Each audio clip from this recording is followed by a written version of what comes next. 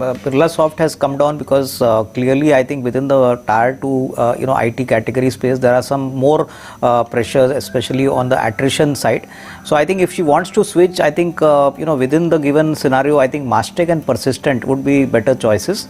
Persistent definitely could qualify as a better choice if she is looking at a 12 to 18 months time frame. Here the company would gain not only from its offshore business model, but even from its product business, and definitely the risk reward definitely looks better as compared to Birlasoft. Right, this one is coming in from Abhijit, and this one also is for you, Avinash. He wants to know about Avenue Supermart. He wants to know whether it makes sense to buy it at current market price for a long term. He is a long term investor is what he's saying. So does it make sense for now to look at Dmart?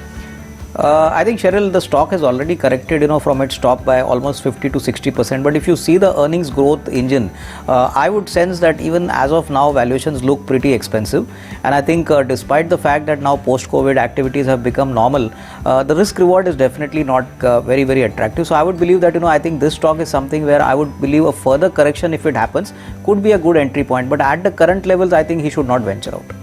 Yeah, I think as far as healthcare is concerned, I would believe that considering the kind of business model and the kind of value unlocking which they have done by demerging one of their businesses, definitely it sounds positive for the longer term.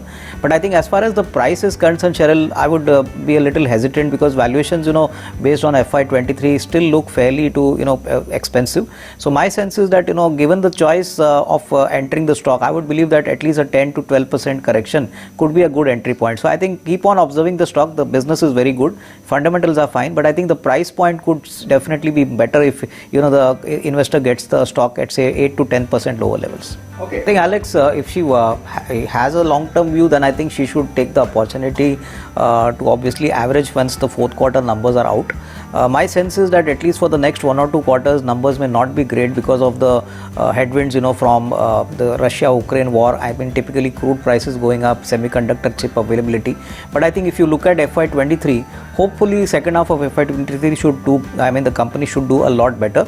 And I think since she has purchased the stock at a pretty high level, I think she should obviously use any weakness in the stock to accumulate some more stocks. But yes, keep a time frame of at least 12 to 18 months. I think Tata Motors can definitely bounce back, but I think clearly you need to average out to ensure that your break-even price gets lower.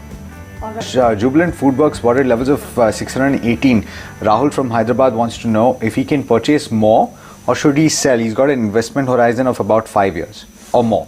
I think, Alex, as far as Jubilant Foodwork is concerned, I think this is a story which is well known in the market, and I think the QSR space is now very well competitive. There are many other players which have entered the markets.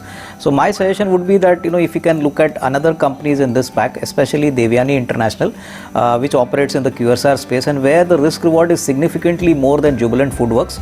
It's not that Jubilant Foodworks would not grow, but the risk reward is definitely better positioned for Devyani International. So I think a switch could be much better